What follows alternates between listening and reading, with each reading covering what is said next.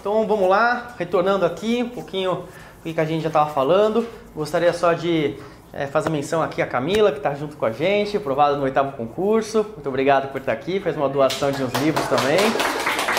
É isso aí. Grande amiga minha. Parabéns. Pessoal, então, como a gente sempre faz, a gente dá uma retomada no que a gente teve na última aula em forma de questões, para a gente poder reviver um pouquinho o que a gente viu e também para vocês sentirem como é que é um pouco fazer as provas com o material que a gente já estudou, para vocês se sentirem um pouco mais confiante ou não, né? Perceber também quais são os pontos falhos e estudar mais. Então, na última aula a gente viu um pouquinho sobre política de atendimento dos direitos da criança e do adolescente, a gente viu sobre direitos sociais, a gente viu sobre proteção social, proteção social, assistência social, a gente viu todos aqueles desdobramentos da assistência social, falando um pouco sobre proteção sociojurídica também, que é um negócio meio esquisito, mas que diz respeito a algumas questões, por exemplo, relacionadas à busca de crianças desaparecidas, né, entre outras questões. Então vamos tratar um pouquinho do que a gente viu aí. Essa é uma questão que eu trouxe para vocês do Ministério Público de Minas Gerais, de 2018. Então vamos lá comigo. Assinada a alternativa correta. Uma das diretrizes da política de atendimento dos direitos da criança e do adolescente é a federalização do atendimento. Alguém acha que ela está certa? Não. Beleza, maravilha. Então a gente já corta ela, né? Por que ela está errada? E o que seria o correto, então? Competência estadual, né?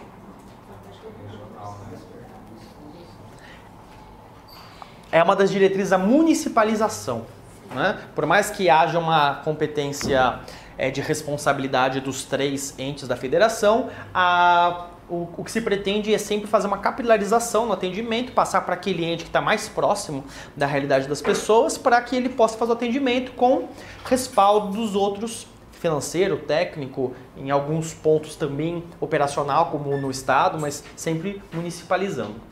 Então legal, pelo menos vocês mataram essa aqui como errado. O Conselho Tutelar é um órgão permanente e autônomo. Bom, essa daqui vocês não sabem, né? Vamos pular essa daqui do Conselho Tutelar. Ou vamos ver se a gente consegue resolver, de repente. O Conselho Tutelar é órgão permanente e autônomo, não jurisdicional, encarregado pela sociedade de zelar pelo cumprimento dos direitos da criança e do adolescente, sendo composto por 5 membros escolhidos pela população local para mandato de 3 anos, permitida uma recondução. Vocês não viram nada disso, então eu vou pular esse assunto, tá?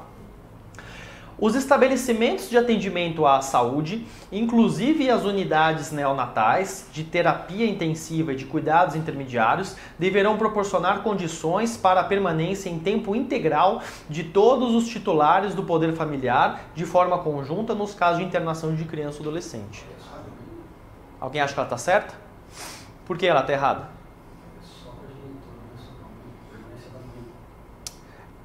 Não é só a permanência da mãe. Quando a mãe está internada, obviamente eles ficam ali juntos, mas tem que ter a companhia de mais uma pessoa. Normalmente é o pai, tem uma pessoa que ela é prevista e não todos, né? Também não é necessariamente um titular do poder familiar, pode ser uma irmã. Então, de fato, isso está errado. Toda criança ou adolescente que estiver inserido em programa de acolhimento familiar ou institucional terá sua situação reavaliada no máximo a cada 3 meses. Vocês também não viram isso daí, né? Então talvez essa questão não seja tão boa para a gente analisar, mas enfim. A correta é a D, tá? Só para adiantar um pouquinho o tema para vocês, o erro que tem aqui é esse mandato de 3 meses, de 3 anos. O mandato é de 4 anos, sendo que hoje não há mais essa vedação aqui de uma recondução, tá? Possibilidades são de reconduções infinitas. Basta que se recandidate e seja reeleito. E aqui de fato são 3 meses, antes eram 6 meses, houve essa modificação. Isso não é uma boa questão para vocês. Próxima vez eu altero ela. Posso perguntar? Pode. Por favor. Referente à questão se os atendimentos à saúde, não tem aquela casa Ronald McDonald que acolhe os familiares de principalmente pessoas com problema de câncer, crianças, enfim, pessoas de outro estado, e essa casa é conveniada com o estado e eles acolhem essas famílias. Tá. Eu não sei te dizer sobre isso, porque como é uma entidade não governamental, ela funciona de forma diferente em cada lugar onde ela atua, né? Não é uma coisa que existe no Brasil inteiro, nem no estado inteiro. Claro, né, talvez no Brasil inteiro sim, mas em cidades muito específicas. Em Santo André, por exemplo, não existe essa atuação. Então eu nunca lidei com esse órgão. Aqui, quando forem perguntar em prova para vocês, sempre vão perguntar de entidades governamentais, porque todo mundo tem a obrigação de saber, porque vai ser a mesma disciplina em todos os locais. E se eventualmente perguntar alguma coisa sobre entidades não governamentais, vão ser coisas genéricas também, não vão entrar nos particulares de determinada ONG, porque, como eu falei, essa ONG aí do McDonald's não tem aplicação, por exemplo, na cidade onde eu tô. Então seria de uma forma desproporcional, né, fazer um tipo de pergunta dessa. Mas não sei como funciona. Mas como você mesmo já adiantou, é vinculado à saúde, né? Então foge aqui também o escopo da assistência social. Bom, essa é uma questão que eu trouxe da Defensoria Pública do Pernambuco, 2018. As linhas de ação da política de atendimento prevista no Estatuto incluem a elaboração de banco de dados nacional com as informações necessárias à localização de crianças desaparecidas em substituição ao boletim de ocorrência feito nas delegacias de polícia.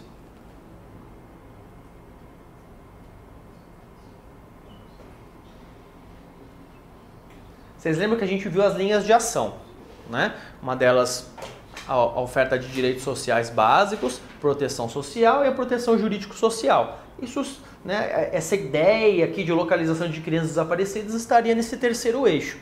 A questão é saber se ela está correta ou está errada. Vocês querem que eu pule? Então tá bom. B. Proteção jurídica das entidades de defesa dos direitos da criança e do adolescente.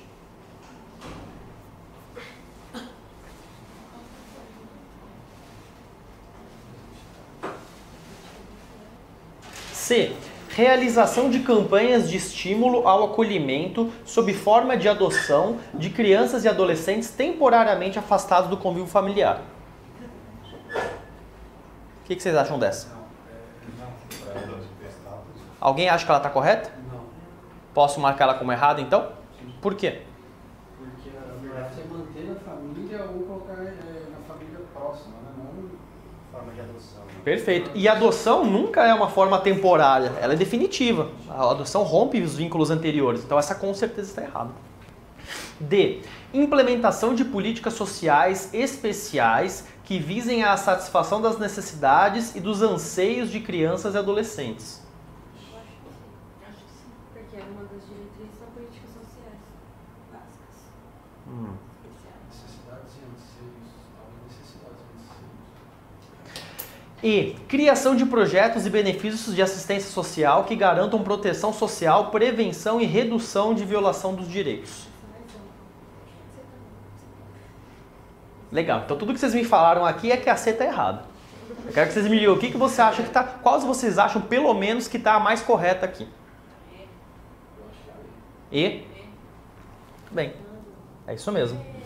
A E está correta, ela não tem nada que você possa tirar. É isso mesmo. Projetos, benefícios de assistência social, né? Poderia colocar ainda serviços aqui também, né? E as ações são os projetos, serviços, benefícios de assistência social que garantam a proteção social, que é a segunda linha de ação que a gente tratou, que diz respeito à prevenção e redução de violações de direitos, que é exatamente isso. Lembra quando a gente falou do CRAS e do CRES? O CRAS é uma questão preventiva, o CRES é uma questão onde já houve a violação de direitos, só que há uma vinculação ou não ainda à comunidade, à família, é isso mesmo. As outras, elas têm alguma coisinha sempre que vai falhar aqui, né? Então, esse banco de dados substitui boletim de ocorrência? Não, se a criança é desaparecida, você vai lá e faz o BO, né? Uma coisa não tem a ver com a outra. Proteção jurídica das entidades. A proteção jurídica é das crianças, não das entidades. A C, vocês já falaram. E a D, implementação de políticas sociais especiais que visam a satisfação das necessidades e dos anseios. Assim, essa não está tão errada, mas ela é estranha. Porque o que é políticas sociais especiais? A gente nunca viu isso na legislação. Políticas sociais, pronto, acabou. Satisfação de necessidades e anseios. proteção integral, a gente fala de direitos, né? Esse negócio de anseios, de necessidades, é meio minorista, né? A gente defende os direitos das crianças, então essa daqui é meio esquisita. Então realmente aí a gente teria aí como correta. E mais uma que eu peguei, do MP, dessa vez, 2017, o MP de Rondônia. Considerando as disposições previstas na Lei 12.594 de 2012, que é a Lei do SINASE, é correto afirmar que entende-se por entidade de atendimento a pessoa jurídica de direito público e privado que instala e mantém a unidade e os recursos humanos e materiais necessários ao desenvolvimento de programas de atendimento. O que vocês acham disso? Tá em dúvida? Quer que eu pule? Então pulemos. Nos termos da Lei 8242 de 91, as funções do Conselho Nacional dos Direitos da Criança e do Adolescente, no que se refere ao SINASE, restringem-se às de caráter normativo e deliberativo. Por que você acha que está errado? Eu acho que é errado porque ela tem mais atribuições do que necessariamente normatizar e deliberar. Você se lembra de alguma? A fiscalizar, acompanhar. Vocês concordam com ele? Vocês não sabem. Caráter consultivo também, né? Vamos pular então também. Para o exercício da função de dirigente de programa de atendimento em regime de semiliberdade ou de internação, além dos requisitos específicos previstos no respectivo programa de atendimento, é necessária reputação ilibada, comprovada experiência no trabalho com adolescentes de no mínimo 1 ano, formação de nível superior compatível com a natureza da função. Os conselhos de direitos nas 3 esferas de governo definirão a cada 2 anos o percentual de recursos dos fundos de direito da criança e do adolescente a serem aplicados no financiamento das ações previstas na lei do SINASE, em especial para capacitação, sistemas de informação e de avaliação. E por fim, a decisão judicial relativa à execução das medidas socioeducativas dispensa a manifestação prévia do defensor e do Ministério Público. Tem alguma que vocês olham e falam, essa não tem nada a ver, pelo menos? Aí, com certeza, tem a ver, na verdade, com o que vocês viram com o Daniel, mas, de fato, vocês já podem tirar ela aqui mesmo.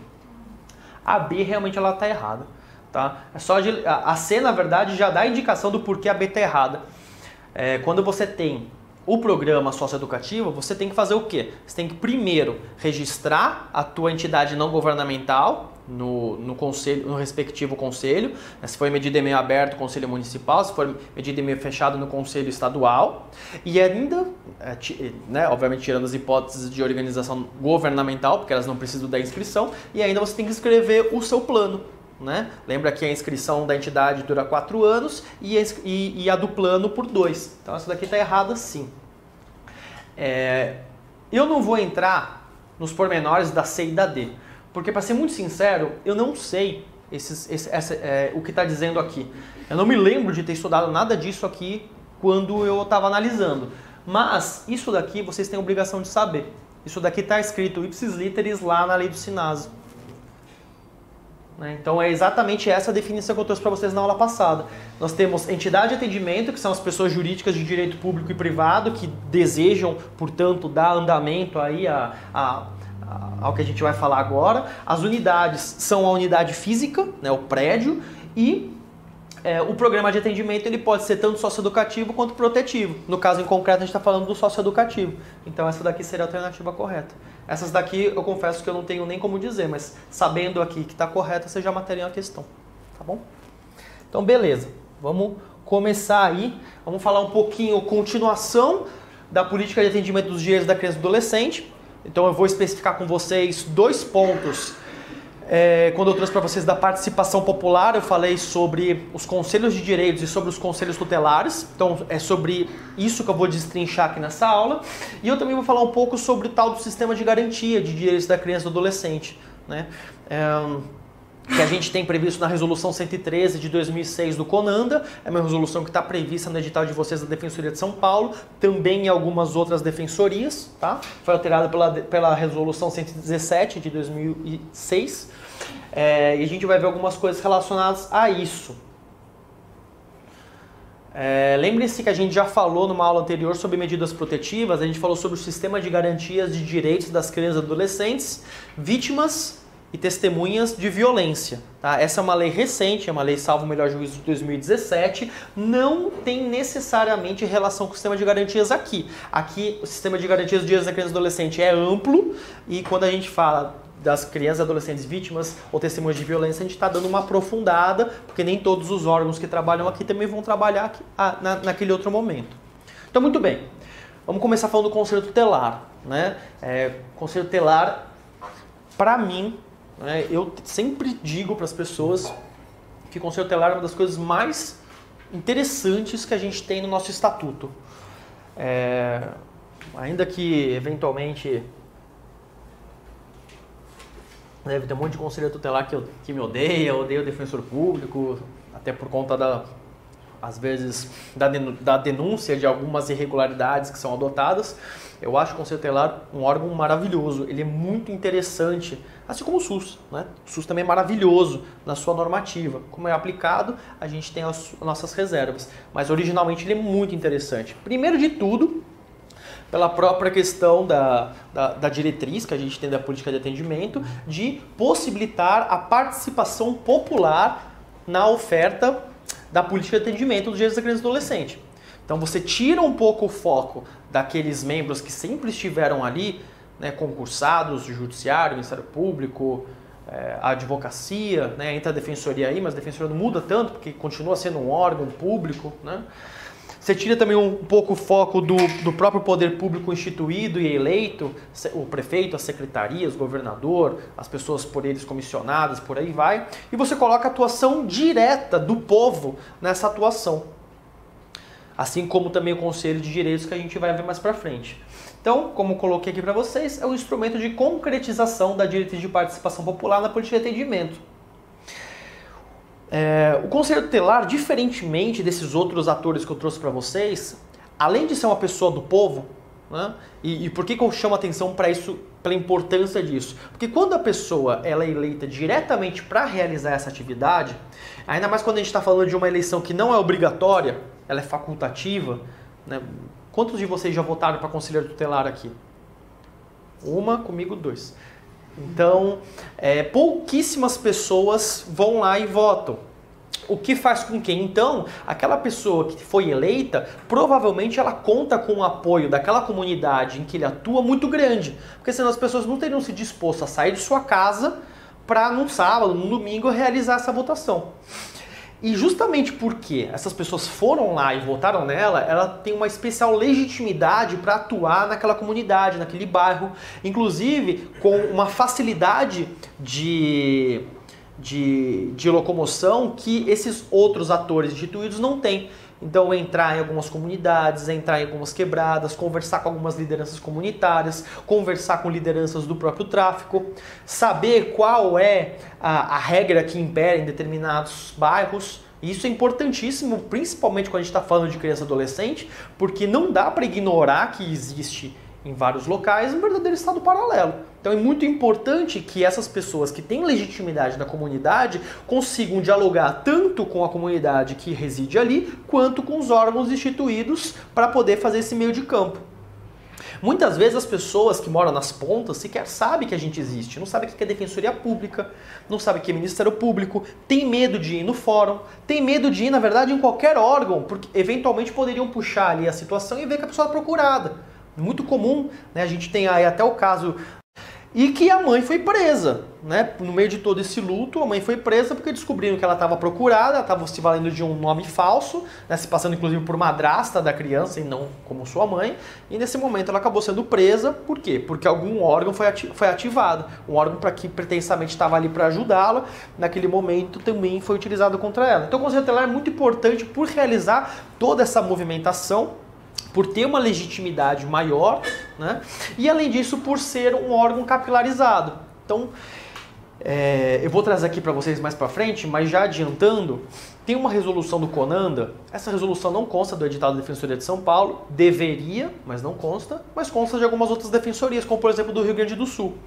E ela diz que é recomendável que em cidades que tenham população acima de 100 mil habitantes, tenha pelo menos um conselho tutelar a cada 100 mil habitantes. Não é o que acontece na maioria dos lugares. Então, Santo André, por exemplo, uma cidade de 715 mil habitantes, pela regulamentação do CONAN, deveria ter pelo menos 7 conselhos. Né? Talvez 8, se você pensasse que os 15 já formam ali o próximo, o número 100. A gente só tem 3. Tá? E cada conselho tutelar é um órgão que é composto por 5 membros. Então, ainda que sejam poucos, né, imagina uma cidade como essa, eu sou o único defensor da infância que cuida dessa cidade.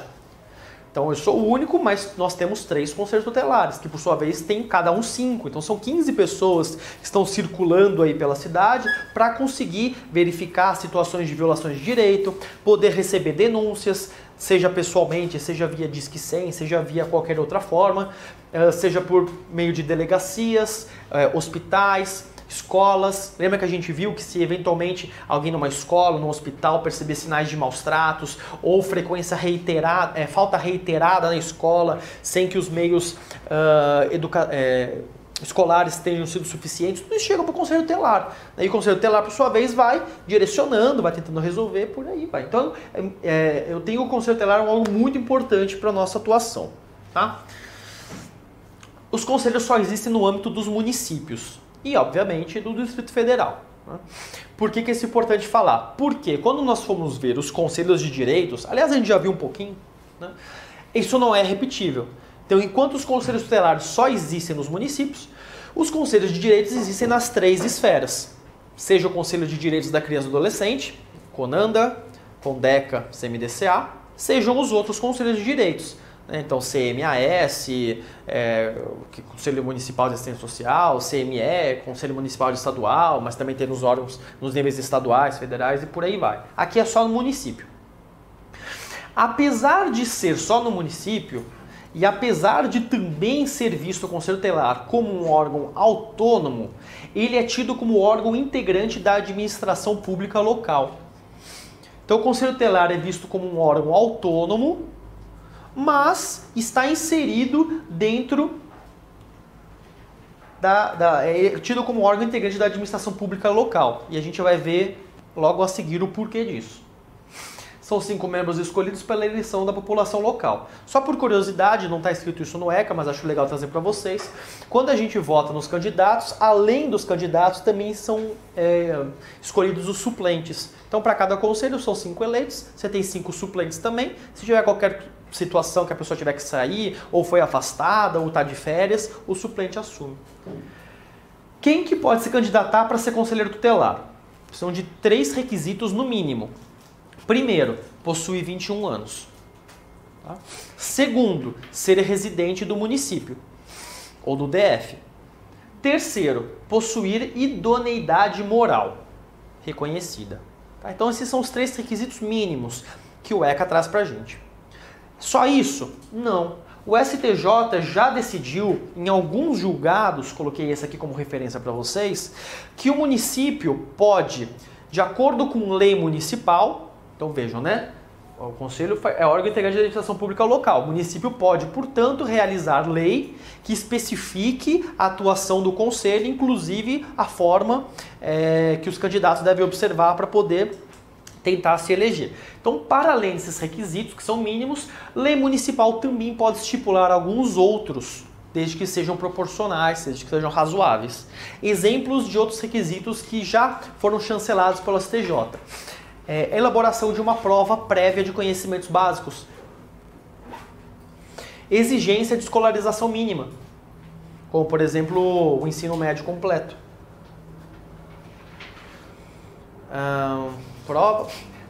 Tempo de experiência no trabalho com crianças e adolescentes. Então em Santo André a gente adota as 3. A pessoa precisa ter pelo menos um prazo de 2 anos comprovado de que trabalhou com isso.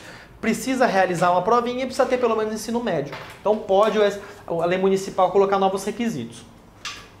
Como que é feita essa eleição? Ela é feita por responsabilidade do CMDCA, Conselho Municipal dos Direitos da Criança e do Adolescente, e é o Ministério Público que faz o papel de fiscal. Né?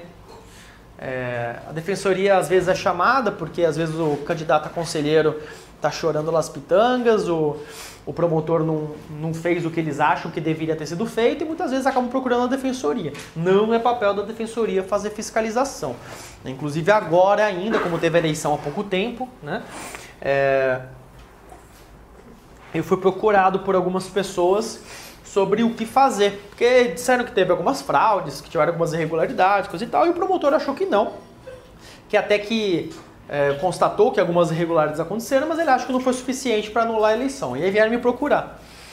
E aí a minha situação foi basicamente a seguinte, né, meu pensamento foi, isso é uma demanda coletiva que precisa de uma atuação da Defensoria Pública e que por conta disso exacerbe aí a limitação do Ministério Público, a Defensoria precisa agir nesse caso? Ou não? Ou a Defensoria vai estar atuando como representante processual de eventual candidato que se sentiu preterido? Né?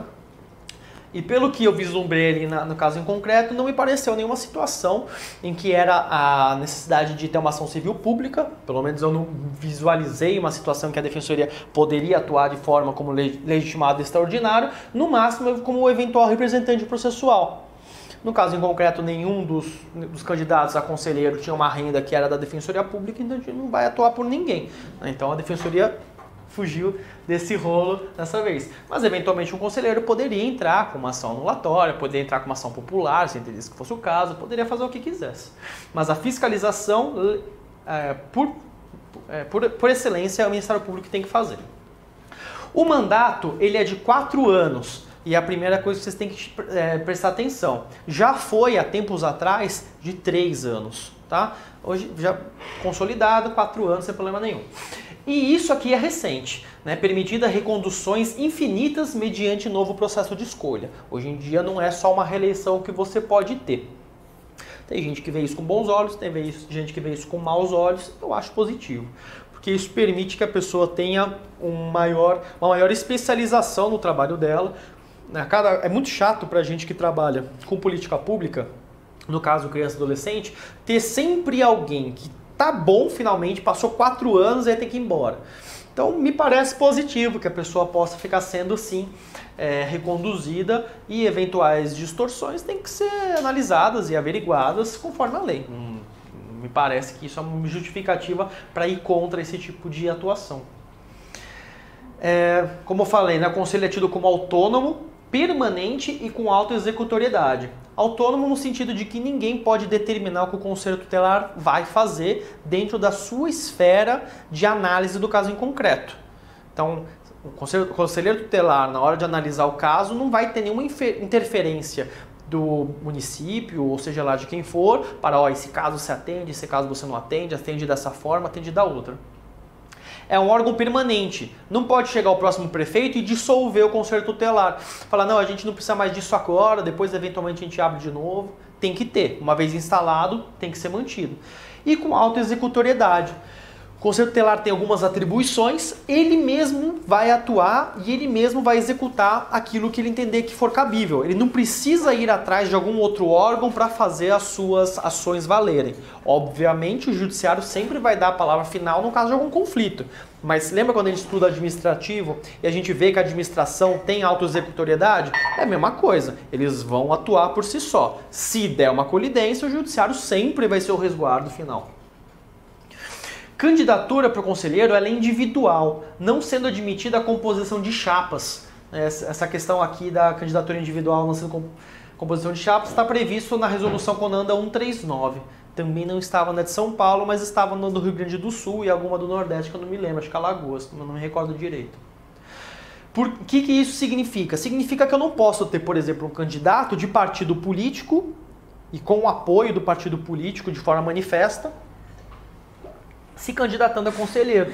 Não existem chapas, não existem números padrões. Né? Então não dá, por exemplo, para você ter o partido lá, o 17, e você ter 3 candidatos saindo com 17 alguma coisa.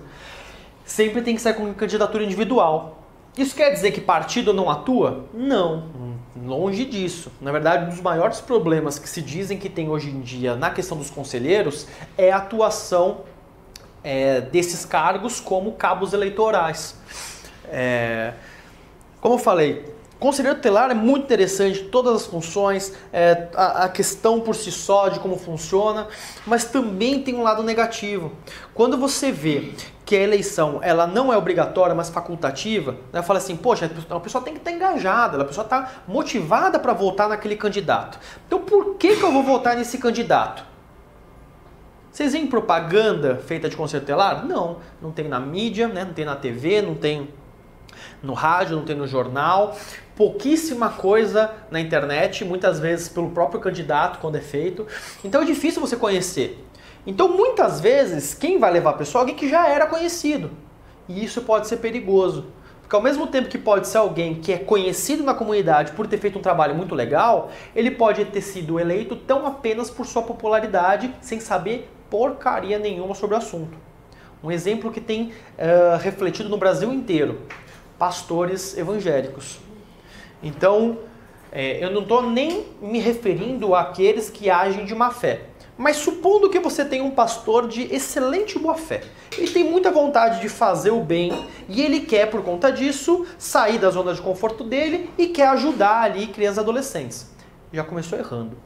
A profissão do conselheiro não é ajudar. É uma profissão instituída de defesa dos direitos da criança e do adolescente. Que quando muitas vezes essa pessoa bem intencionada sai do nada, sem qualquer tipo de atividade já prévia relacionada a isso, a chance de você ter um pensamento menorista que norteia essa cabeça é enorme, principalmente vindo de setores religiosos, que já tem como pressuposto a caridade. Então, quando a gente estudou o menorismo, principalmente na nossa primeira aula, o que ficou muito claro? Nós não estamos falando de caridade, nós não estamos falando de religião, nós não estamos falando de esmola, nós não estamos falando de assistencialismo.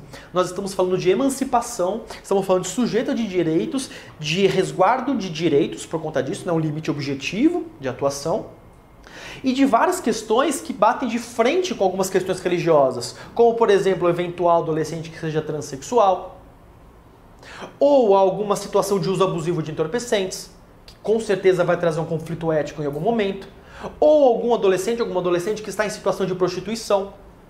E aí é uma situação de não culpabilizar aquela pessoa que está naquela situação, mas sim as pessoas que estão em torno dela, que fazem a exploração sexual e de repente até dos responsáveis que permitem que isso aconteça. Então o pensamento é diferente. Então muitas vezes você tem isso. Também você tem muitas vezes partidos políticos que vão lá, dão todo o apoio para alguém que é desconhecido, mas dão um apoio, se apresentam, fazem toda a militância ali que você imagina que fazem, elegem aquela pessoa, aquela pessoa, quando tiver eleição para vereador, vai começar a fazer a movimentação, seja para eleger vereadores, seja para ele mesmo sair como candidato a vereador e aumentar a base do partido. Então isso permite que muitas coisas aconteçam, né? Tem esse viés, tem esse lado negativo. Eu me recordo, quando eu entrei na defensoria, isso há 3 gestões atrás, né, de conselheiros, que tinha um cidadão que ele não fazia nada ali. O que ele fazia? Promoção da loja de carros que ele possuía. Tanto que ele tinha um cartãozinho de concessionária que ele distribuía para as pessoas. Era isso. Ele estava lá para isso, para fazer publicidade no negócio dele. Então, infelizmente, a gente tem esses desvios. Infraestrutura custeada pelo município. Então, olha que porcaria. Como que a gente está falando de um órgão que se diz autônomo sem infraestrutura custeada pelo município? Se lei municipal vai disciplinar, aqui ó, lei municipal disciplina sobre a remuneração dos conselheiros, local, dia e horário de atuação. Você fica nas mãos do município. Então o município, se quiser, aumenta ou diminui o seu salário. Disponibiliza ou não mais viaturas para você poder fazer o trabalho. Em Santo André, cada conselho tem uma viatura. Me parece pouco, se são 5 pessoas e tem que cobrir uma área muito grande com vários bairros. Então, enquanto, por exemplo, uma pessoa vai fazer um trabalho de campo numa comunidade X, a outra pessoa precisaria ir na delegacia para fazer acompanhamento de alguma criança que está ali, depoimento especial, alguma coisa do tipo, né? Escuta especializada. E não tem. Então isso é uma precariedade também. O local onde eles estão alocados, funcionamento de televisão, fornecimento de impressora, de papel, coisa e tal, tudo isso aqui é o município que estipula.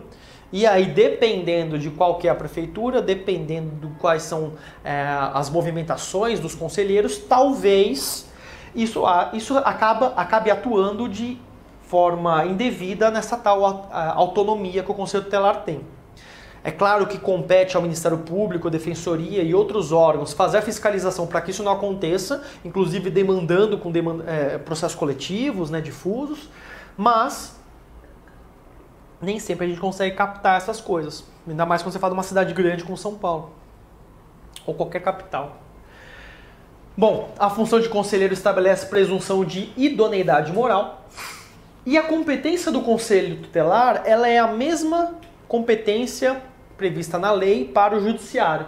Então, o que determina a competência do conselho, assim como do judiciário também, é, em primeiro lugar, o domicílio dos pais ou responsáveis, e, em segundo lugar, o local onde se encontra a criança ou adolescente na falta dos pais.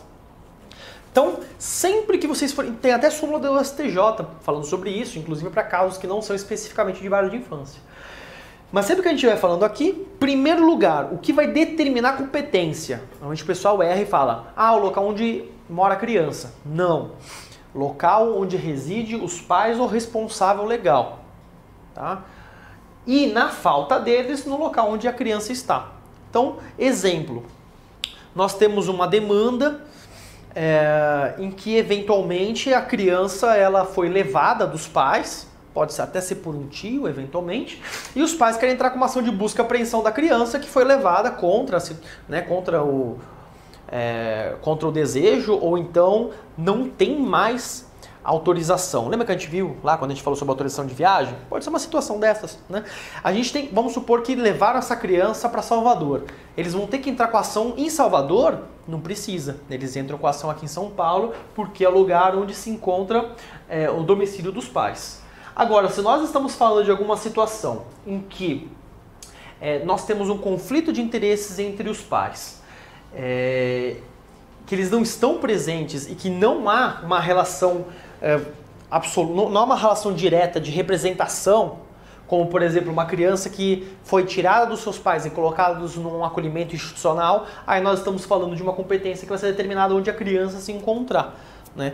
Não existe mais diretamente essa vinculação entre eles, vai se priorizar onde a criança está. O que é curioso, porque no final das contas a criança deverá estar no local onde os pais estão, porque também tem essa determinação. O acolhimento da criança sempre tem que se dar no local mais próximo à residência dos pais. Então acaba não dando tanto conflito, mas supondo que exista um pai que esteja morando em São Paulo e um que esteja morando em Santo André e se opte por deixar essa criança em Santo André, esse pai que mora em São Paulo vai ter que entrar com a ação em Santo André. Como eu trouxe para vocês aqui, resolução CONANDA, um conselho para cada 100 mil habitantes.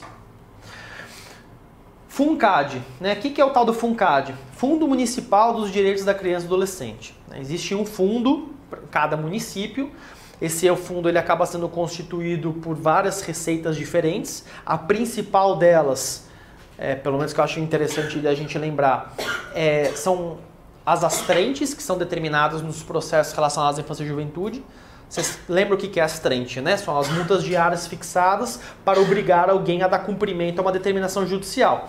Então, no caso específico de processos relacionados à criança e adolescente, essas astrentes não vão para a parte. Essas astrentes vão para esse fundo municipal dos direitos da criança e adolescente. E esse fundo, ele é gerido pelo Conselho Municipal dos Direitos da Criança e Adolescente. E esse fundo ele é utilizado para várias questões, mas a proibição que coloca-se aqui era para o custeio das atividades do Conselho Tutelar. Por quê? Porque quem tem que arcar com o custeio das atividades do Conselho é a Prefeitura. A gente já viu isso, né? Órgão integrante da Prefeitura. Mas o FUNCAD pode ser utilizado para a formação e qualificação dos conselheiros. Isso porque é uma das atribuições do CMDCA realizar essa atividade. Então, se o CMDCA faz a gestão do FUNCAD e a ele compete a formação e qualificação dos conselheiros, inclusive agora, nessa semana mesmo, os conselheiros de Santo André eleitos estão tendo curso de formação, é possível a utilização desse fundo. A não implementação dos conselhos gera uma inconstitucionalidade por omissão. Tem julgado interessante que eu juntei aqui para vocês, um recurso extraordinário. Isso aqui se trata de uma cidade, não me recordo qual, de Santa Catarina. Santa Catarina é um estado bem atrasado, né, em várias questões. Foi, salvo o melhor juízo, o último a constituir defensoria pública, algumas cidades, inclusive recentemente, ainda que não tinham conselhos tutelares, e aí declarou-se a inconstitucionalidade por omissão, colocando-se uma multa diária pesada aí no município para que eles coloquem, né, em funcionamento o conselho tutelar na cidade.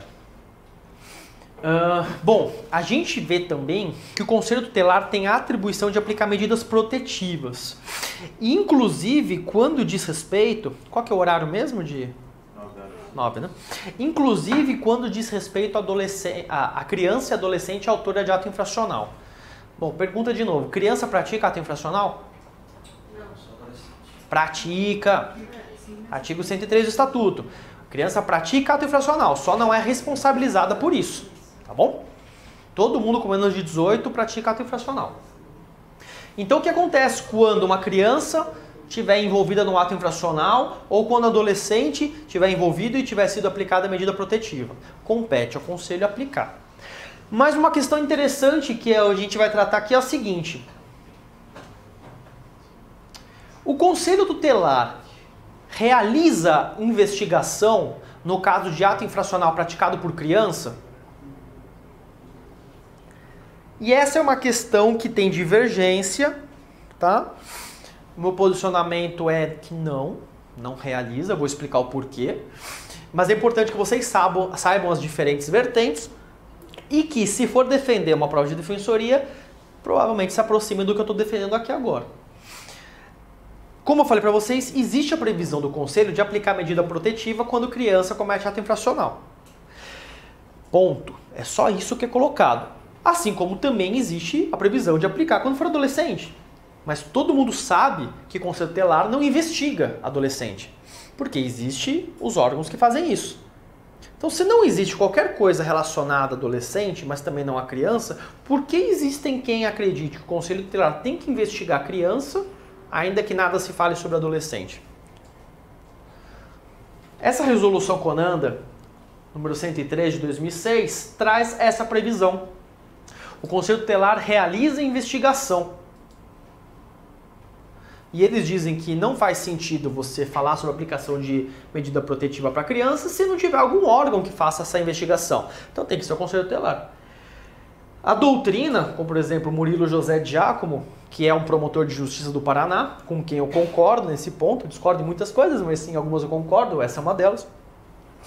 Ele vai dizer que isso não faz o menor sentido. E a primeira delas é porque o ECA simplesmente é silente a esse respeito. Não fala sobre ninguém investigar criança, muito menos o Conselho Tutelar. Então, tendo em vista que os poderes da administração são restritos àquilo que está previsto em lei, a gente é gerido pelo princípio da legalidade, ainda mais quando estamos falando sobre investigações que podem gerar, eventualmente, restrições de direitos. Normas restritivas devem ser interpretadas de formas restritivas. Então, como não existe nada disso, é um absurdo se dizer em poder de investigação de um órgão que não foi incumbido pela lei como tal. Resolução ela é contra a legem, por conta disso ela não deve ser obedecida. Para além disso, a consequência final, se eventualmente for feita uma investigação de que uma criança praticou um ato infracional, é, no máximo, uma medida protetiva. O que acontece se uma criança não cumprir a medida protetiva?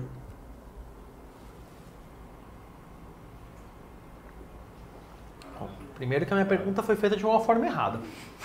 Não existe cumprimento de medida protetiva, existe oferta de proteção. Não se obriga alguém a aceitar ou a cumprir algo que lhe é simplesmente protetivo. Senão a gente cai no menorismo de novo. A gente oferta algo com o argumento de ser para sua proteção e depois dá uma sanção se ele não aplicar. Não. Medida socioeducativa é uma coisa, protetiva é outra. A socioeducativa é pena. Pena em lato sensu. Assim como é a pena penal e a pena medida de segurança. É pena porque é uma medida concedida em resposta à violação de um bem jurídico alheio. Ponto. É aflitiva, tem retribuição. Ah, mas tem caráter pedagógico. Bom, a Fabiana Zapata tem um artigo que foi publicado na revista da Defensoria que diz que a retribuição é pedagógica. Então, não é porque é pedagógico que não é retributivo. A mera retribuição em saber que algo está errado, por si só já é pedagógico. Então, é um beco sem saída você dizer que uma coisa exclui a outra. A medida protetiva, por outro lado, não tem nenhuma obrigatoriedade. Você oferta a proteção. É que nem outras coisas que eu já trouxe para vocês. Ninguém pode obrigar você a ter saúde. Por isso que internação compulsória, da forma como a mídia coloca, é uma balela. Porque se eu estou ofertando saúde, eu não posso obrigá-lo a estar num ambiente de saúde. Eu oferto. Da mesma forma como eu não posso obrigar alguém a ficar numa casa de acolhimento. Vou falar melhor para vocês no futuro, mas alguém que, por exemplo, foi colocado num acolhimento institucional e queira sair de lá no primeiro dia, não tem nada que pode ser feito. Porque não é uma prisão aquele negócio, né? Da mesma forma aqui. Então, se não há nenhuma consequência em desfavor do adolescente, qual é a razão de se querer investigar? De se fazer tumulto na vida do adolescente com toda uma questão de estigmas que se pode colocar próprios de um procedimento investigatório, né? E uma terceira questão ainda, o Conselho Tutelar ele se apresenta como um órgão de proteção, só que quando ele se apresenta como um órgão de fiscalização, de investigação, se uma criança realizou um ato infracional, ele muda o seu posto central. Como uma criança vai confiar naquele que é o mesmo responsável por realizar sua punição? No sentido lato, né? A criança não confia na polícia. Aliás, quem confia em polícia? Eu não sou louco, né? Já dizia aí a música. Ninguém vai acreditar naquele que vai causar mal a ele, ou que está pelo menos ali girando em torno de poder responsabilizá-lo de alguma coisa. Então, são funções que não se misturam. Da mesma forma a defensoria. Tem muitas pessoas que dizem que não compete à defensoria fazer fiscalização de fundação casa ou de acolhimento institucional. Você está lá, se você vislumbrou algum tipo de irregularidade, você comunica ao Ministério Público, mas realizar atividade investigativa parece que não é o papel da defensoria. Porque você deixa de atuar na rede como um parceiro e passa a atuar como um investigador. Isso vai fazer com que o papel do defensor também seja minado na hora de você realizar a sua atividade de rede. Entendeu? Então, por conta disso, existem argumentos muito fortes para dizer não, ninguém faz investigação de ato infracional praticado por criança. Bom, as atribuições do Conselho Tutelar estão previstas num rol taxativo no ECA. Está lá no artigo 136 do Estatuto. E apenas ali, né? A resolução número 113 do CONANDA coloca isso bem claro. São só ali que estão previstas e qualquer tipo de normativa municipal que crie novas atribuições, ela é ilegal por contrariar aqui expressamente o que está previsto. Enquanto não instalados, as atribuições aos conselhos tutelares conferidas são exercidas pelo juiz. Está lá nas disposições transitórias. Então, tudo que o conselheiro puder fazer, o juiz faz na sua ausência. Isso permite a gente fazer uma questão. Permite a gente fazer um questionamento. Se na ausência do conselho tutelar, compete ao juiz realizar suas atribuições, como diz na lei, será que, na existência de conselho tutelar, o juiz pode realizar as atribuições do conselho? Ou não? Bom, dois posicionamentos. Um deles vai dizer que não pode, porque se a própria lei está falando que o juiz só vai fazer a atribuição quando não tiver conselheiro, uma vez que tem conselho, ele é o órgão específico que vai atuar com aquela questão, o judiciário vai se restringir àquelas proteções que lhe compete pela lei. Outros vão dizer, não tem nada a ver, quem pode o menos pode o mais, não faz sentido que um órgão tenha exclusividade na proteção da criança, afinal das contas estão órgãos a somar, né? Até um argumento meio defensoria Ministério Público, né? Quem pode entrar com a CP, né? Por quê? Né? Se todos estão aí em benefício da criança e do adolescente. E existe também o poder geral de cautela do judiciário, por que isso poderia ser evitado? E, obviamente, como vocês já podem imaginar, como é que o judiciário entende isso? Entende a favor do poder do judiciário, né? O STJ tem posicionamento firme no sentido de quem pode o menos, pode o mais. Então o judiciário também pode, até por conta dessa questão de poder geral de cautela, aplicar todas as medidas que o Conselho Tutelar também pode aplicar. Muito bem. Uma das questões mais legais, uma das atribuições mais interessantes que o Conselho Tutelar tem é o poder de requisição. Fala. Vou interromper, só para pegar esse gancho do juiz exercer a função na ausência do Conselho Tutelar ou paralela. De qualquer forma, mesmo na ausência, o juiz ele dependeria de ser acionado para poder tomar alguma medida, enquanto o conselho tutelar ele tem essa autonomia e essa autoresponsabilidade. Depende. Depende da atribuição que a gente vai falando. A gente vai ver ponto a ponto para a gente pegar essas questões. Poder de requisição é uma das coisas mais interessantes que o Conselho Tutelar tem e, infelizmente, não tem efetividade. Imaginem só, né? Quando vocês estudam aí princípios institucionais, vocês veem o poder de requisição da Defensoria. Está lá no artigo 128 da nossa lei nacional, né, que a gente pode requisitar informações, documentos, fazer aquela defesa investigação defensiva, né? Muito bacana, muito legal mesmo. O Conselho Tutelar também tem algumas requisições.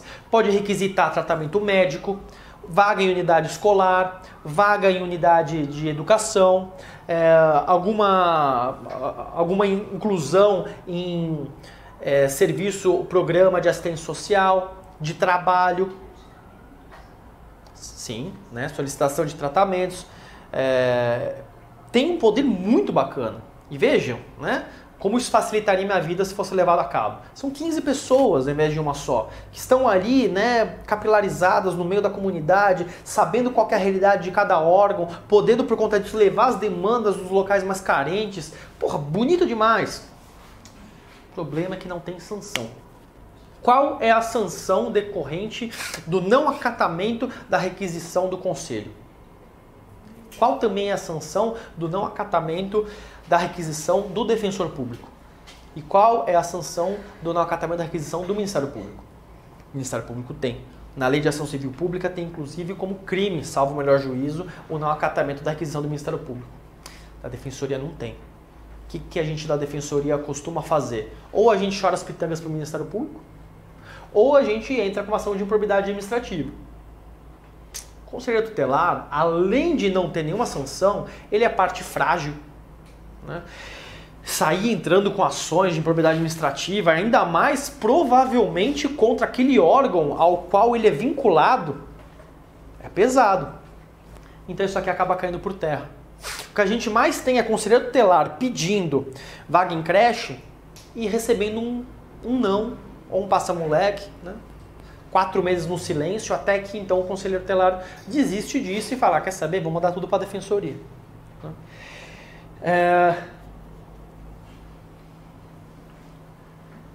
Tentaram já, de algumas formas, dar algum tipo de efetividade a esse tipo de requisição. Existe uma infração administrativa do artigo 249, deem uma olhadinha aí por favor, que fala sobre, se não me engano, alguma coisa sobre não acatamento, não atenção aos direitos da criança e adolescente, é uma coisa muito genérica. E estava se tentando utilizar esse tipo de infração administrativa contra os secretários municipais. Né? Então não quer dar vaga, então vamos lá, né? O Ministério Público vai lá, né? É acionado o Ministério Público entre com a ação de infração administrativa. A STJ já pacificou isso. É impossível aplicar esse tipo de infração nesses casos. Por quê? Porque essas infrações são destinadas prioritariamente aos pais irresponsáveis. E não dá para se destinar àqueles que são gestores da política pública. O que falta, o que resta, então, ao conselheiro? 136, 3b. Representar junto à autoridade judiciária nos casos de descumprimento injustificado de suas deliberações. Então, nesses casos, o que, inclusive o STJ já disse que é viável, o que o conselheiro pode fazer é, diretamente, não teve a vaga em creche concedida, o conselheiro tutelar pode diretamente representar o juiz o pedido de vaga em creche, dizendo que não houve acatamento por parte do secretário, e aí, por si só, já deferia a vaga em creche, sem a necessidade de um processo de contraditório com o defensor, não sei o que lá. Me parece meio menorista isso, né? Porque você não tem a triangulação processual, você tem um pedido que é feito por alguém que tem uma legitimidade de estar em juízo sui generis. É interessante ver isso, porque o conselheiro tutelar ele pode atuar em juízo independentemente de advogado, em alguns casos muito específicos e com uma situação muito pontual. Você não vai entrar com recurso, né, todas essas coisas, porque você não tem capacidade, mas você pode representar, por exemplo, para pedir vaga em creche. E o STJ já falou que isso é viável, sim. Então, no final das contas, é sobrecarregar de novo o judiciário com algo que era idealmente para ser feito de forma administrativa, muito mais tranquila, por aquele que tem contato com a comunidade. Além disso, o Conselho Tutelar também faz 2 tipos de representação. Uma para instalação de apuração de irregularidades em entidades de atendimento. Então ficou sabendo de algum tipo de violação de direitos que teve no acolhimento institucional ou numa unidade de internação, funcionário que bateu, ou falta de comida, comida estragada, ou estabelecimento não compatível, né, com o número de crianças que estão ali. E representação para apuração de infração administrativa às normas de proteção à criança e adolescente. Aí pode ser tanto contra os pais, quanto aos dirigentes da instituição de ensino, né, ou seja lá quem for, eles entenderam, aquela pessoa que vendeu irregularmente, né, algum estampido, né, alguma coisa para uma criança, alguma bombinha, alguma coisa do tipo. Coisa muito interessante do Conselho é esse crime que está previsto aqui no artigo 236 do Estatuto. Né? É um crime previsto com 6 meses a 2 anos de prisão, então cabe tanto transação quanto suspensão condicional do processo, que é o crime de impedir ou embaraçar a ação de membro do Conselho Tutelar no exercício da função prevista no ECA. Esse crime não é só para o conselheiro, ele também é para o Ministério Público e para o Judiciário. Só a Defensoria que ficou de lá de fora, né? Defensoria e OAB.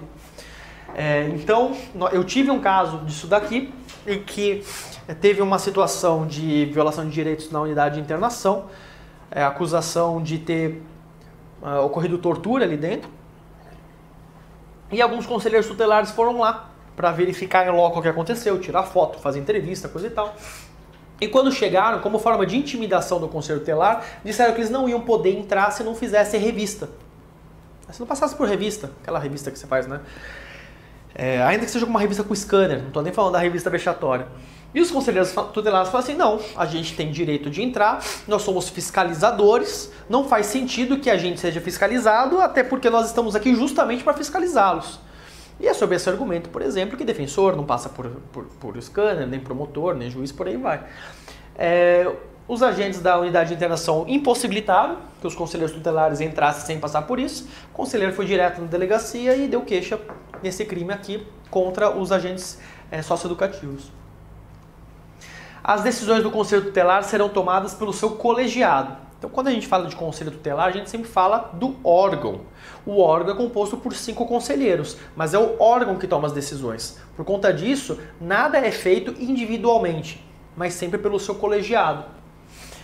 Sendo que as medidas de caráter emergencial tomada durante os plantões, essas sim, individualmente praticadas, né, porque o plantão normalmente é uma pessoa que fica ali, serão comunicadas ao colegiado no primeiro dia útil subsequente para ratificação ou retificação. Isso é interessante, porque se eventualmente você teve alguma medida que a gente não concorda e que não foi tomada respeitando o colegiado, a gente pode anular. Né? É um ato administrativo falho. Modificação das decisões. Só pelo juiz a pedido de quem legítimo interesse. Então o judiciário tem autonomia nas suas decisões. A gente não pode questionar o conselho tutelar no mérito das suas ações, salvo pelo judiciário. Mas a gente pode questioná-los pela forma, um vício de forma, vício de representatividade, alguma ilegalidade que foi praticada pelo conselheiro, não no mérito do que ele fez, mas o conselheiro que não foi trabalhar, o conselheiro que pegou uma licença saúde e foi visto na baladinha, né, tirando foto no carnaval, coisa e tal. Isso são circunstâncias que geram apuração de falta ética. Então são duas situações diferentes.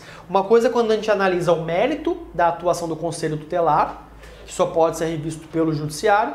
Outra coisa é quando a gente está vendo questões que são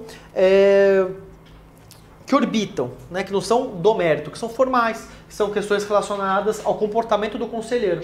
Então, quando a gente fala, né, não sobre a qualidade das decisões, mas sobre o comportamento, a forma de proceder, isso é possível de ser questionado não apenas no judiciário, mas também em alguns outros órgãos. Então, não existe no ECA a determinação da criação de um conselho de ética ou de uma comissão de ética de conselheiros, mas existe resolução do CONANDA sugerindo que isso possa acontecer. Então, em algumas cidades existem a criação de um conselho de ética que vai analisar exclusivamente essas questões relacionadas à forma, né, ao comportamento do conselheiro, como esses exemplos que eu trouxe para vocês. Esses conselhos de ética têm que trabalhar com uma lei municipal que traga qual é o regime disciplinar, né? Não há prévia condenação, sem lei, né? Todas as questões garantidas têm que ser avaliadas aí também. E vai caber esse conselho de ética, que normalmente acaba sendo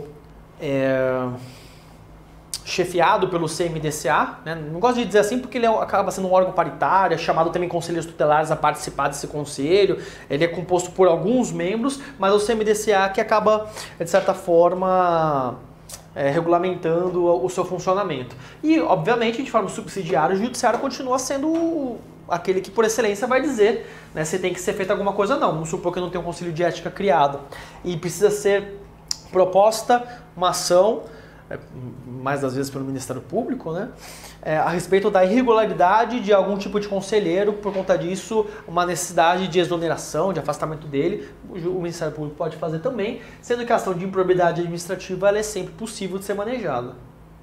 Nesse caso específico desse RESP, se eu não me engano, foi um conselheiro que se valeu da viatura e do motorista oficial para finalidades que não eram próprias da sua atividade. E aí a gente entra na questão mais interessante que a gente tem quando a gente fala aqui de defensoria, né, protetivas, conselheiro tutelar e tudo mais. O conselho tutelar pode aplicar a medida protetiva de acolhimento institucional? E aí tem 3 posicionamentos que a gente vai analisar. Bom, primeira coisa que eu estou trazendo aqui para vocês são as atribuições do conselho. Deixa eu ver se tem mais na página. Tem um pouquinho mais. Então, essas são as atribuições. Eu não vou ficar lendo com vocês, sob pena de ser repetitivo. Mas eu chamo a atenção para vocês, além do que eu já falei aqui, de poder de requisição e tudo mais, o inciso 1º. O inciso 1º diz o seguinte: é atribuição do Conselho atender as crianças e adolescentes nas hipóteses previstas no artigo 98 e 105, aplicando as medidas previstas no artigo 101, incisos 1 a 7. Bom? O que é o artigo 98? Será que eu coloquei aqui? Não coloquei. O artigo 98 é aquele que vai dizer quando que uma criança se encontra numa situação de violação ou ameaça de violação de direitos. E aí a lei vai dizer que são 3 as hipóteses em que isso possa acontecer. Isso pode acontecer por uma violação praticada pelo poder público, pelos pais ou pela própria criança ou adolescente. Essa questão da própria criança e adolescente é uma questão que também me parece um ranço menorista, porque você acaba protegendo a criança dela mesma, dizendo que a culpada pelo que aconteceu foi ela mesma. Então, um exemplo que a doutrina costuma dizer que é isso: o adolescente que se envolveu em ato infracional. Eu falei isso para vocês na última aula, né? Então, o adolescente que se envolve em ato infracional, ele é tido como em conflito com a lei. Então, se ele optou por estar naquela situação em conflito com a lei, e ele, portanto, está tendo seus direitos violados, qualquer tipo de medida restritiva de liberdade, ele que acabou gerando esse tipo de violação. É uma visão muito quadradinha, como se não tivesse aí uma multiplicidade que fizessem com que as pessoas façam o que elas fazem.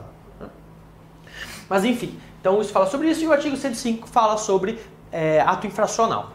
Então, compete ao Conselho Tutelar aplicar as medidas previstas nesses incisos, que são as medidas protetivas, tanto aos casos de ato infracional, quando o juiz disser que é o caso, né, ou no caso quando o juiz fala que é o caso, ou nos casos em que não houver decisão judicial, mas se vislumbrar uma situação de violação de direitos, que pode inclusive ser quando a criança cometer ato infracional, porque, apesar de não ser uma determinação judicial, ela estaria no inciso 3º do artigo 98, que é ela colocando em risco a si mesma.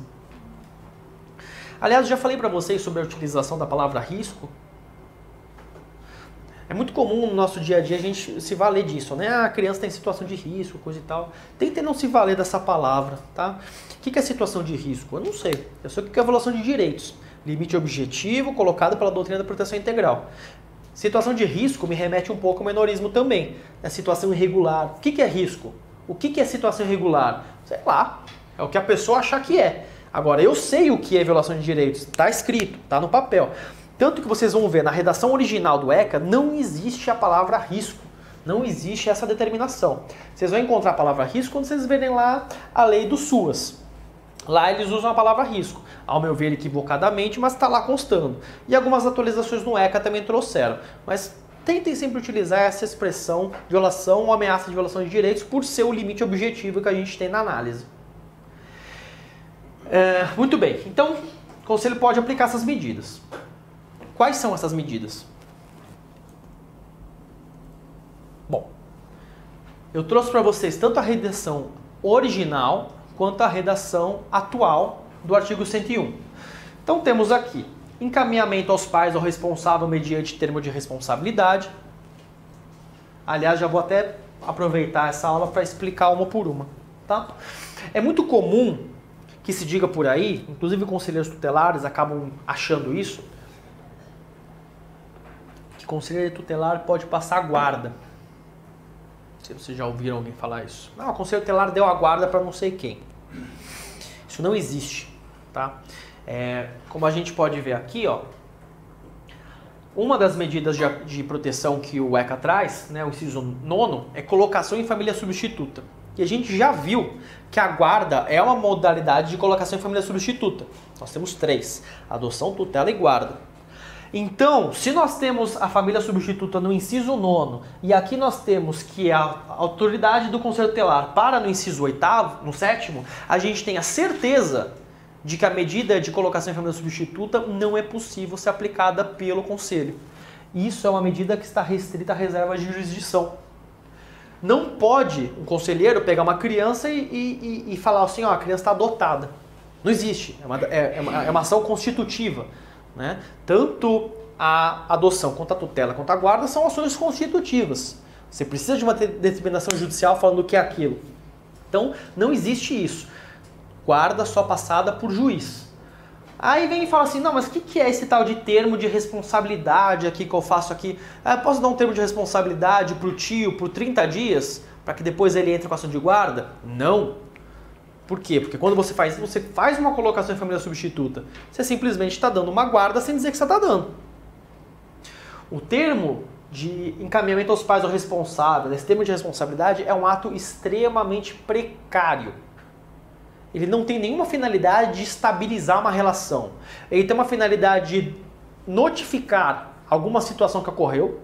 Então vamos supor que o pai esqueceu de pegar a criança na creche.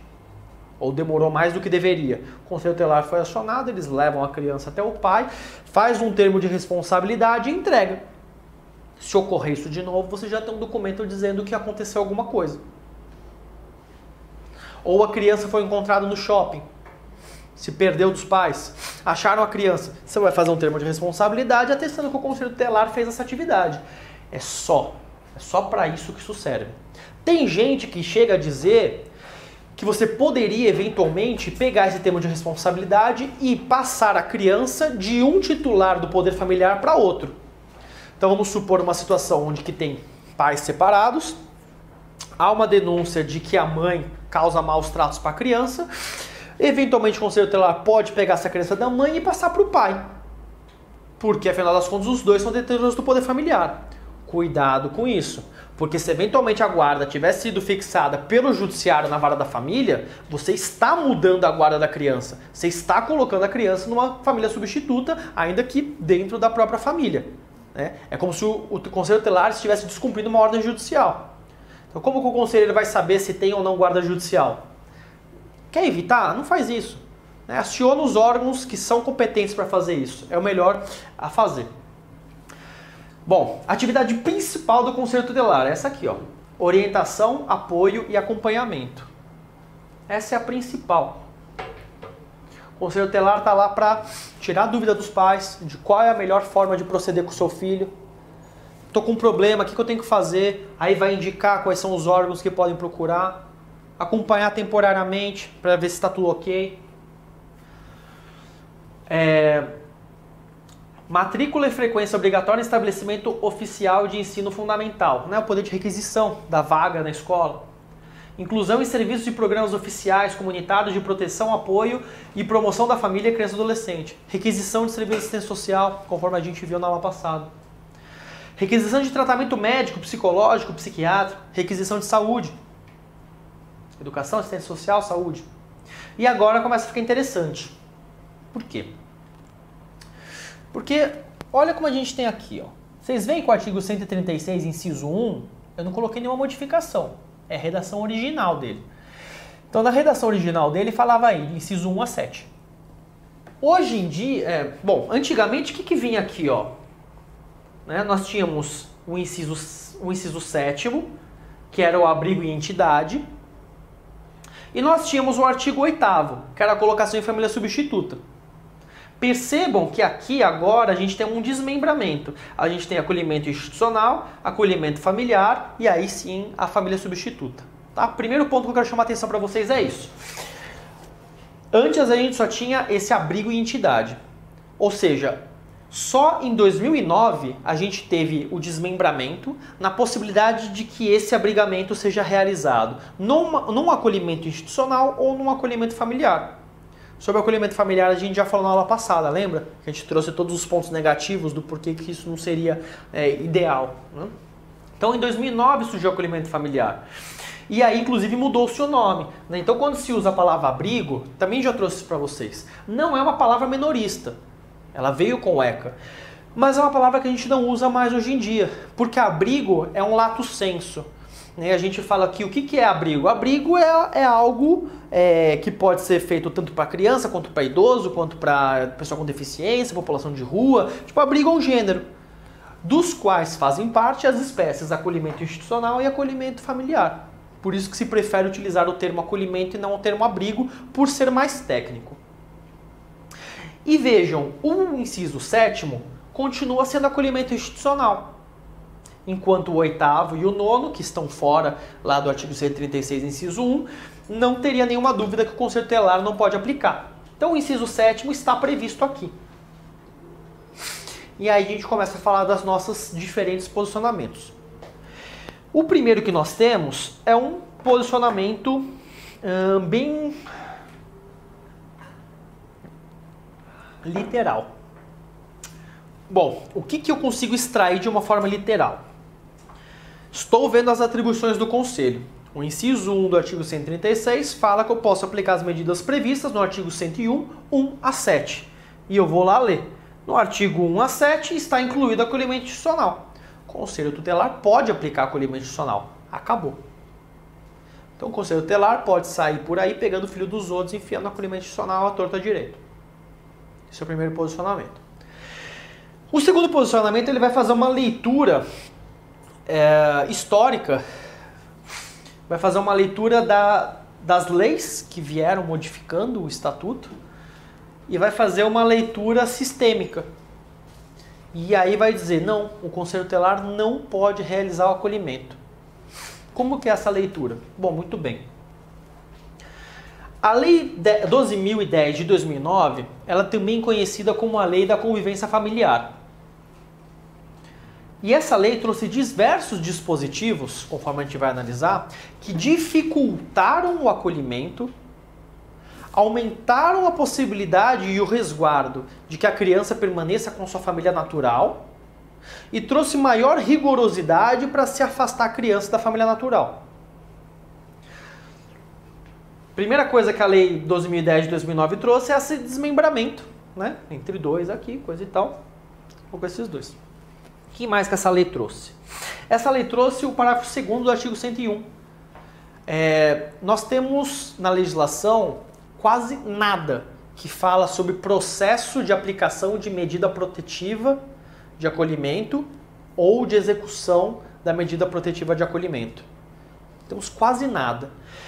O pouco que temos está nesse parágrafo 2º aqui do artigo 101. E ele fala o seguinte: sem prejuízo da tomada de medidas emergenciais para a proteção de vítimas e de violência ou abuso sexual e das providências que alude o artigo 130 desta lei. O artigo 130 é aquele que fala do afastamento cautelar do pai, inclusive com a possibilidade do agressor, né?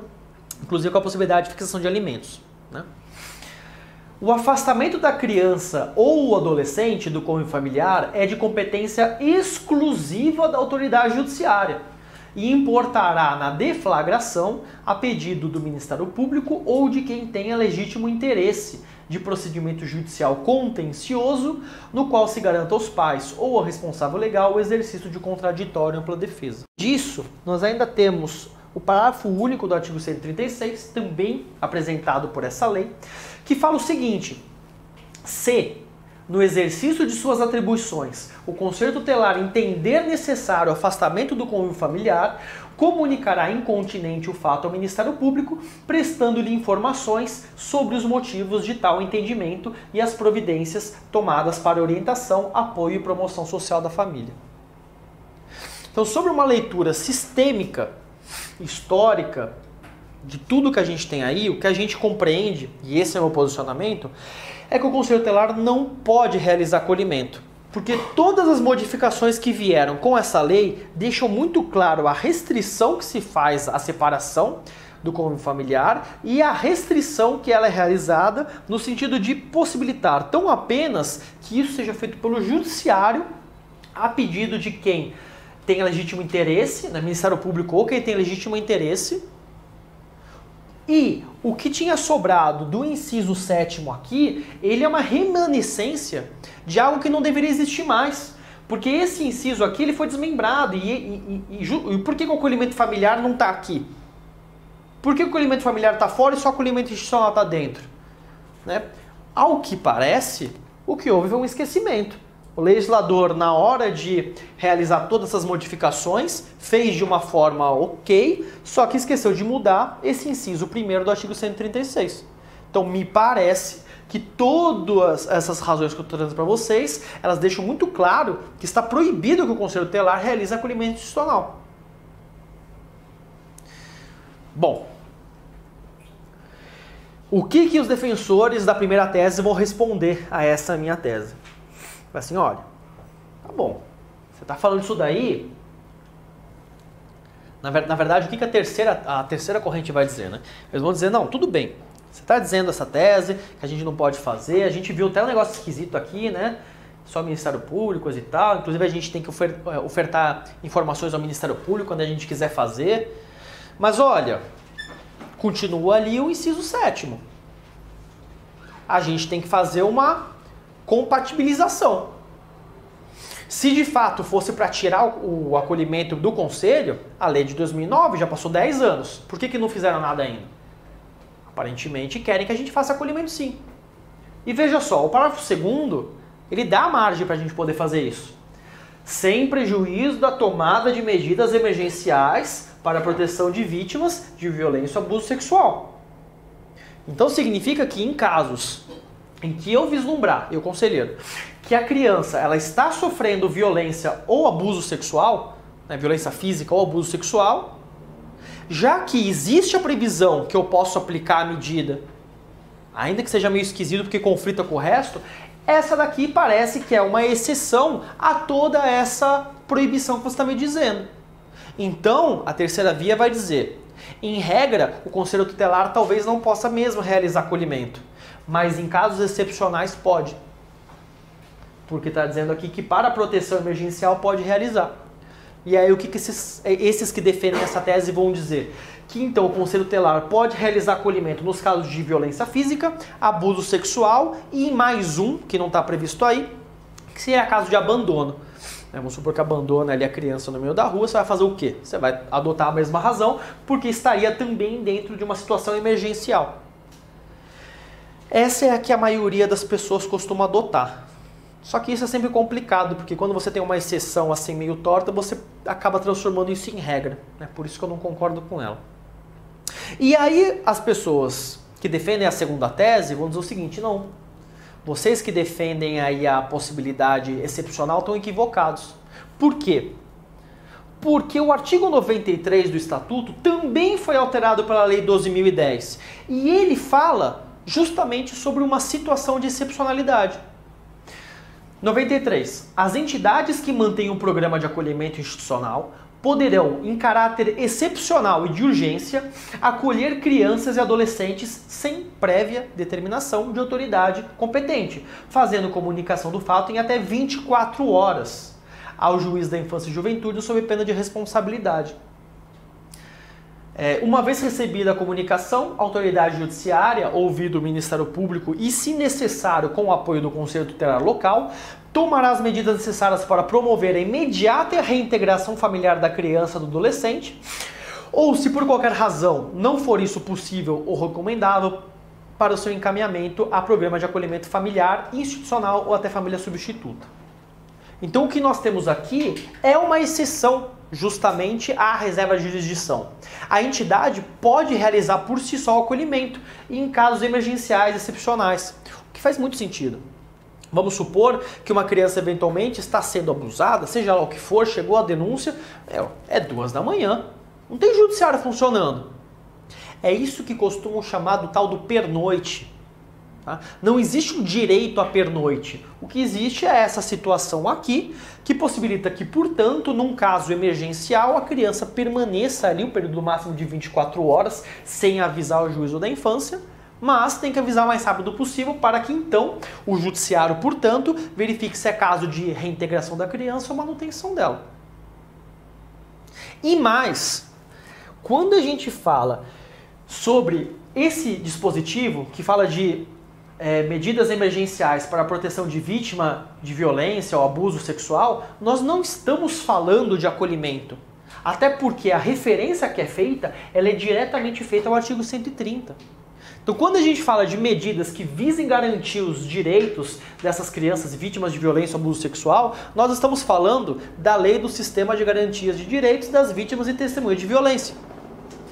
Tudo bem, a lei é recente? Ela é, mas o ECA já em 2009 fazia referência ao artigo 130. E essa lei que eu estou trazendo para vocês, ela é um baita reforço a esse artigo 130. Então, o que a primeira tese vai dizer? Recapitulando tudo. Primeira tese, o Conselho Tutelar pode realizar acolhimentos, pronto e acabou. Por quê? Porque está escrito. Artigo 136.1, bota o inciso 7º, o inciso 7º é acolhimento institucional, eu posso fazer. A lei não contém palavras inúteis. Segunda vertente, o Conselho não pode realizar nunca, por conta de toda essa questão que faz com que a gente tenha necessariamente que crer que o artigo 136, inciso 1º, faltou ser alterado. Ele não tem relação com todas as normativas outras, ele colide. E quando a gente fala aqui sobre medidas emergenciais, ou a gente está falando sobre a Lei de Sistema de Garantias da Vítima e Testemunha de Violência, e do artigo 130, ou nós estamos falando dessa situação excepcionalíssima das entidades de acolhimento realizarem essa específica forma de acolhimento excepcional. E a terceira via é aquela que diz, olha, o Conselho Tutelar em regra realmente não pode, mas a exceção ali do parágrafo 2º do artigo 101 não dá nome aos bois. Então é possível sim que o Conselho Tutelar faça acolhimento excepcional, assim como também as entidades. Entenderam? Posicionamento que parece mais vantajoso para a Defensoria. Falar que o Conselho Tutelar não pode fazer. Por quê? Quando o Conselho Tutelar não faz o acolhimento, isso vai obrigatoriamente fazer com que o Conselho Tutelar cumpra com o parágrafo único do artigo 136. Vai ter que exaurir todas as atividades administrativas de fiscalização, apoio e orientação, promoção social e tudo mais, e só se não der certo nada, você vai mandar para o Ministério Público. E o Ministério Público tem mais conhecimento do que o Conselho Tutelar. Ele vai saber se é ou não razoável propor uma ação. Então a gente já tem um filtro. A gente já tem um filtro mínimo de legalidade. O que era muito comum ser feito? Pegando-se aí a possibilidade do conselheiro realizar acolhimentos, ainda que se utilizando a exceção do parágrafo 2º do artigo 101. Né? Então, as duas teses. Mas possibilitando que o Conselho Tutelar pode realizar o acolhimento institucional, muitos processos se iniciavam simplesmente com o acolhimento feito pelo Conselho, sem petição inicial. são os chamados procedimentos verificatórios. Uma excrescência que a Defensoria já bateu muito forte em São Paulo, isso quase acabou já no nosso estado, mas em alguns lugares ainda persiste. Lembra que a gente estava conversando aqui sobre a possibilidade do Conselho demandar diretamente em juízo? Essa legitimidade sui generis, por exemplo, para uma demanda de creche? Então, assim como pode protetiva de creche, por que eu não posso protetiva de acolhimento? Então o Conselho simplesmente fazia o acolhimento, notificava diretamente o Judiciário pegava a notícia e ratificava ou não o acolhimento. Dava ciência ao Ministério Público simplesmente como fiscal da lei e você tinha um processo sem petição inicial. Um processo sem petição inicial é um processo inexistente, até porque ele impossibilita o contraditório e ampla defesa. Impossibilita o processo, porque o processo nada mais é do que um procedimento em contraditório. Então você não tem um processo, por isso que você tem um procedimento verificatório. Essa porcaria aí a gente tenta acabar a qualquer custo. Justamente falando que a medida protetiva, primeiro, não pode ser aplicada pelo Conselho Tutelar. Segundo, a lei de 2010 é categórica ao dizer que a deflagração tem que ser feita a pedido do Ministério Público ou de outro que tenha legítimo interesse em procedimento judicial contencioso, com garantia e tudo mais. E além disso, eu não sei se eu trouxe aqui para vocês, eu acho que eu não trouxe, mas o artigo 153 do Estatuto, ele é muito interessante, porque o caput dele veio junto com o ECA original. O parágrafo único veio também com a lei 12.010. O caput fala sobre esse tal de poder geral de cautela que o juiz tem. Então ele pode aplicar a medida protetiva que ele entender adequada, ainda que não tenha previsão legal para isso. Ponto. Quase que o minorismo aí de volta. Mas se é uma medida protetiva, beleza, é oferta. Então, a princípio não tem muito prejuízo, é uma oferta. O problema que acontecia, chegava lá com o Conselho Tutelar, simplesmente apresentava, o Judiciário fazia ali, pronto, ratificava, rolava ali o processo sem qualquer tipo de defesa, a mãe muitas vezes humilde, não sabe nem a quem recorrer, o processo seguia, a mãe não tem interesse, não apareceu, não pediu visita, manda para destituição do poder familiar. O artigo 153, parágrafo único, traz o seguinte: para essas medidas protetivas cautelares, né, seja lá o que for, que o juiz for aplicar, ele não pode fazer isso se importar em separação do convívio familiar ou se tratar de algum outro procedimento necessariamente contencioso. Acabou. Isso acabou com a possibilidade do Judiciário pegar esses acolhimentos e simplesmente ratificar e tocar o bel prazer. Se o juiz não pode decretar de ofício um acolhimento institucional, bom, também a gente tem que entender que o conselheiro não pode, né? Porque o que pode mais, mas enfim, mantendo-se a ideia de que, ainda que possa realizar acolhimento excepcional, realizou acolhimento excepcional, tem que dar vistas imediatas para o Ministério Público entrar com a petição inicial, entrar com o processo e aí sim convalidar tudo o que está acontecendo.